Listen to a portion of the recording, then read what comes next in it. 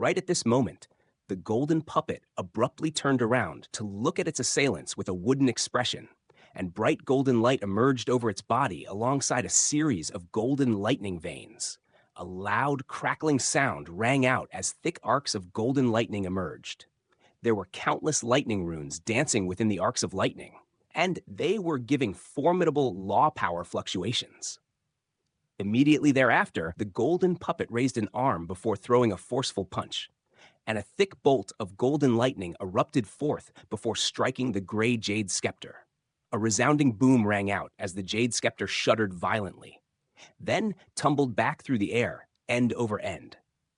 The dense gray mist that it was emitting was torn apart by the golden lightning, and the spiritual light that it was giving off was also a little scattered, indicating that its spiritual nature had been harmed. The golden puppet also shuddered violently, and only after stumbling back a few steps did it manage to steady itself. At the same time, the golden lightning surging over its body had also dimmed significantly.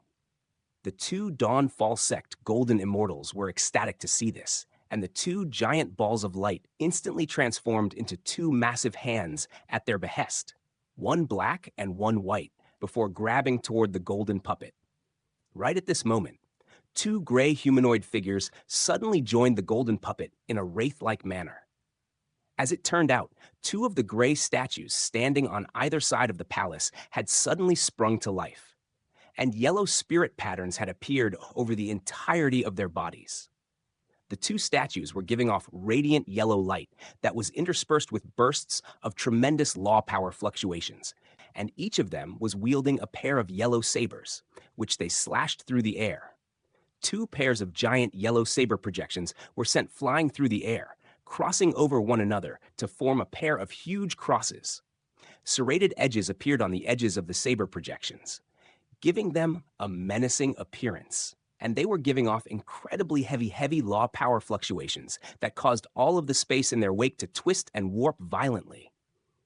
Two resounding booms rang out as the pair of giant hands were destroyed, reverting back into a pair of large flags that were sent flying back through the air.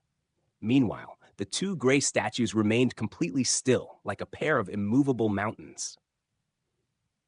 Xianxia's trio was stunned to see this, as were Han Li and the others. Right at this moment, all of the gray statues on either side of the palace shot forth at once, landing at the center of the palace. There were somewhere between 40 to 50 of them in total, and they instantly surrounded Xianxia's trio. "Trespassers must be killed!" The statues roared in unison in a ghastly voice that resembled the sound of metal grating on metal. Powerful sound waves swept through the air in all directions, causing the entire palace to buzz and tremble. The sound waves converged from all directions, and ripples that were visible even to the naked eye appeared in the air, inundating Xianxia's trio. The three of them immediately began to tremble uncontrollably as painful looks appeared on their faces. Right at this moment, bright yellow light began to radiate from the dozens of gray statues, and the yellow light quickly connected together to form a giant yellow go-board projection around the three golden immortals in the blink of an eye. Every single line on the go-board projection was giving off extremely heavy law power fluctuations, and these fluctuations were compounding upon one another. Encompassed within the go-board projection, Xianxia's trio instantly felt as if there were countless mountains weighing down upon them.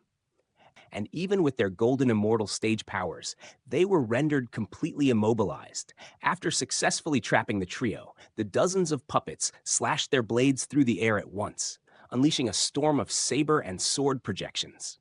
At the same time, all of the golden patterns on the ground abruptly lit up, releasing bursts of white flames that instantly inundated the entire go-board projection, transforming it into a sea of flames. Waves of scorching heat spread in all directions, causing the nearby space to shimmer and warp, and even Han Li and the others in the distance were feeling the intense heat. All of this had taken place in the blink of an eye, and Han Li and the others were astonished by what they were seeing, but there was also no lack of schadenfreude in their expressions. "Thank heavens you didn't free me, uncle. It's much safer here than over there," Jin Tong said with a hint of lingering fear in its voice. Han Li offered no response, and it was unclear what he was thinking. Meanwhile, Feng Tiandu's expression had darkened significantly, and he wanted to assist his allies, but there was no way that he could leave after unleashing this cage of chains. Looking at the sea of flames before him, a hint of remorse welled up in his heart. If he had known that there were such formidable restrictions and puppets here, then he would have allowed Luo Qinghai and the others to test the waters first. However, thanks to his greed, he had turned everyone against him, and there was no longer any possibility for a peaceful resolution. Furthermore, they had to deal with these restrictions and puppets as well, and they were well and truly stuck between a rock and a hard place. Right at this moment, one part of the sea of fire rippled slightly, and a streak of gray light shot out before landing near the palace gates to reveal Xianxia. At this moment, his entire body was charred black, and most of his hair had also been incinerated. His complexion was extremely pale, and there was blood trailing down from the corners of his lips, giving him a very sorry appearance. After landing on the ground, Xianxia stumbled a few steps before steadying himself, and there was a hint of alarm and horror in his eyes.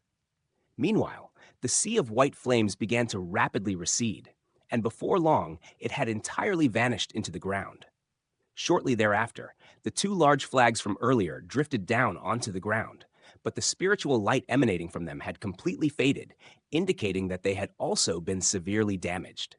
As for the other two Dawnfall sect Golden Immortals, they were nowhere to be seen, and it was clear that their bodies, nascent souls, and even their storage treasures had been incinerated into nothingness by the white flames, while only the pair of resilient immortal treasures remained. Feng Tiandu's expression darkened even further upon seeing this. Han Li and the others were also all astonished by the power of these white flames. Before long, the yellow light radiating from the dozens of gray statues also faded, as did the yellow go board projection. The gray statues then turned and made their way back to their original spots before standing still again, and it was as if nothing had ever happened. Meanwhile, the golden puppet continued to step forward, and it quickly arrived in front of the golden chair, following which the silver pill flew out of its grasp and into the living corpse's mouth. Everyone could only watch as the pill rolled down into the living corpse's stomach, following which a layer of gentle green light quickly appeared over its body. A few seconds later, the green light faded and the living corpse's aura was slightly elevated. Han Li and the others were all very surprised to see this. Right at this moment, another one of the dragons engraved onto the pill cauldron opened its mouth to release a burst of 5-colored light. Almost at the exact same moment, yet another dragon did the exact same thing, and a vast golden cloud quickly took shape in the sky above the palace again, then transformed into a swirling golden vortex. A terrifying aura that was even more formidable than that of the previous pill tribulation erupted out of the golden vortex, and everyone was immediately struck by a sense of asphyxiation, as if there were a huge rock weighing down onto each of their chests. The immense pressure was weighing down upon the entirety of Feng Tiandu's spirit domain, so he was the one who was most heavily impacted. He felt as if he had been dealt a heavy blow to the chest, and his complexion instantly paled, while his spirit domain also began to ripple. Luo Qinghai immediately pounced on this opportunity as radiant blue light emerged over his entire body, forming countless blue waves that swept toward the black spirit domain with tremendous power. An opening was blasted into the spirit domain, and a speck of blue light appeared beside Luo Qinghai's hand before shooting out of the opening like lightning, vanishing out of sight in the blink of an eye. Feng Tiandu immediately swung around and swept both sleeves through the air, releasing 2 balls of black light with countless runes flashing within them. The 2 balls of black light quickly fused into the spirit domain, instantly stabilizing it, while the opening that had been created by Luo Qinghai was mended. At the same time, bursts of black light converged to suppress the blue light around Luo Qinghai once again. A cold sneer appeared on Luo Qinghai's face as he began making a string of hand seals while chanting an incantation, and the blue light around his body formed a light barrier with countless wave projections flashing over its surface. "What did you do just now, Luo Qinghai?" Feng Qiandu asked in a cold voice. Luo Qinghai offered no response as he continued to make more hand seals, and the blue light barrier around him grew brighter and brighter. It was unable to keep out the origin separation law chains, but all of the surrounding black light was kept at bay. A cold look flashed through Feng Qiandu's eyes, but before he had a chance to do anything, two bursts of water droplet-like silver light emerged from within the golden vortex. Arcs of lightning were flashing incessantly over the burst of silver light, which then descended to fall upon the roof of the Golden Palace. A vast expanse of blinding silver light instantly enveloped the entire Golden Palace, and all of the runes that riddled the palace instantly lit up once again, releasing dazzling golden radiance to keep the silver light at bay. The combination of silver and golden radiance was so bright that everyone was temporarily blinded. Meanwhile, the entrance of the stone gates at the center of the valley suddenly flashed momentarily, following which a streak of blue light flew out from within before shattering to form a blue light screen. Everyone's expressions changed slightly upon seeing this as they rose to their feet. The blue screen of light rippled momentarily, following which a clear image appeared on its surface, depicting the scene during which the two Dawnfall sect golden immortals had flown into the palace. Those bastards! They said they were going to explore the mountain range, but they actually snuck into the palace. The Dawnfall sect has broken the agreement. Everyone in the valley was furious, and they collectively turned to the only remaining Dawnfall sect cultivator present, an elderly golden immortal with a rotund frame.